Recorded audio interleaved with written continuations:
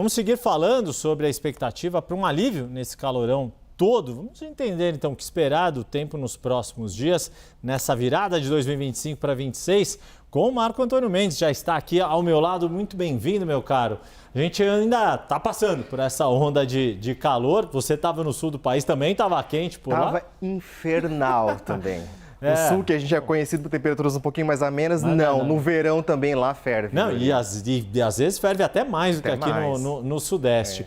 Mas conta pra gente, Marquinhos, como é que a gente está esperando aqui, né? Esta sensação, o que está provocando essa onda de calor e até quando, né? Pois é, Yuri, na verdade a gente teve até uma onda de calor excepcional, muito mais elevada, muito fora do comum do que do que geralmente acontece, né? Temperaturas muito mais altas. A gente sabe que no verão as temperaturas, de certa forma, claro, ficam mais altas, mas também é uma estação chuvosa e, para a gente poder explicar, é a chuva que acaba meio que regulando as temperaturas, não fazendo com que o calor fique assim tão absurdo. E aí, Yuri, o que acabou acontecendo nessa última semana foi que praticamente não choveu. Exato. Tivemos pouquíssima chuva aí também, chuva em algum outro ponto, alguns poucos temporais. Aquele famoso pontos isolados só que choveu, Isso, né? aquelas pancadas isoladas, e acabou acontecendo então com que a gente teve um certo bloqueio na atmosfera que acabou impedindo com que as chuvas dessa época acabassem em intensidade, fazendo com que as temperaturas elas disparassem, Yuri. Vamos dar uma olhadinha, Yuri,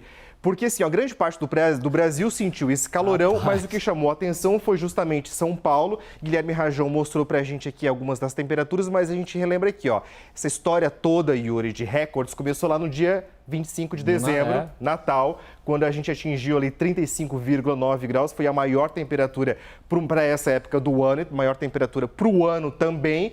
Só que não Pobre apenas Papai isso. Noel, né? Que foi entregar os presentes com aquela roupa toda nesse horrível. calorão. Só que não apenas isso. Olha só, dia 26 a gente teve uma temperatura maior ainda. No dia 27 baixou um pouquinho de nada. E aí ontem, então, chegamos aqui aos 37,2 graus.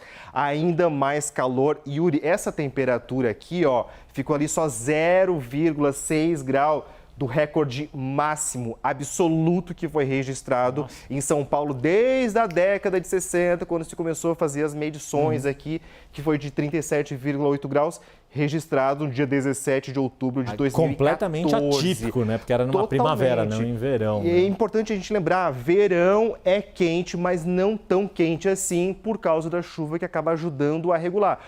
A gente sente muito mais calor ali na virada do inverno para a primavera, quando o tempo está ainda seco. Uma batida sem a chuva, né? Mas agora, nessa época, não está sendo realmente fora do comum, Yuri. Ou senão, de fato, assim, teve dia, a gente está falando aqui das temperaturas máximas, mas assim, de manhã, 9 da manhã já estava ali quase os 30 graus. Ontem à noite, 9 horas da noite, eu passei pelas ruas, o termômetro estava marcando 29 graus. Meu Deus do céu.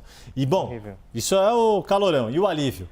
Pois é, Yuri, vamos ter aí um certo alívio. A atmosfera, importante lembrar, ela ainda está bastante quente. Vai demorar algum certo dia aí para que as temperaturas voltem à sua normalidade. Mas o que dá para a gente esperar é que a gente deve ter aí um pouco menos de calor do que a gente teve nesses próximos dias. O panorama é o seguinte, ó, vamos dar uma olhadinha aqui nas nossas imagens de satélite.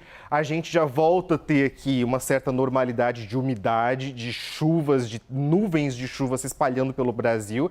Esses pontinhos coloridos aqui, eles indicam locais onde está tendo temporais agora. A gente, inclusive, está tendo uma frente fria passando pelo oceano. Não chega a trazer tanta chuva assim, nem derrubar as temperaturas no sul, mas está jogando uma certa umidade para essa região aqui. Inclusive, o sul do Brasil está chovendo neste momento, chuvas bastante fortes, inclusive aqui no litoral de Santa Catarina.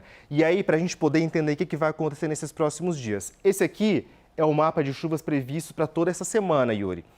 Onde está em mais azul é onde vai chover mais, tá? Maiores volumes de chuva. Então a gente vê aqui, ó, sul, sudeste, centro-oeste, com volumes de 30 a 80 milímetros. Na região norte, cerca de 50 milímetros. Chove pouco mesmo na região nordeste, que é comum para essa época do ano chover um pouquinho menos. Então, ao longo dessa semana, a gente vê a chuva voltando para todo o Brasil, Yuri. É isso. Bom, esperemos então que essa chuva venha em muito boa hora.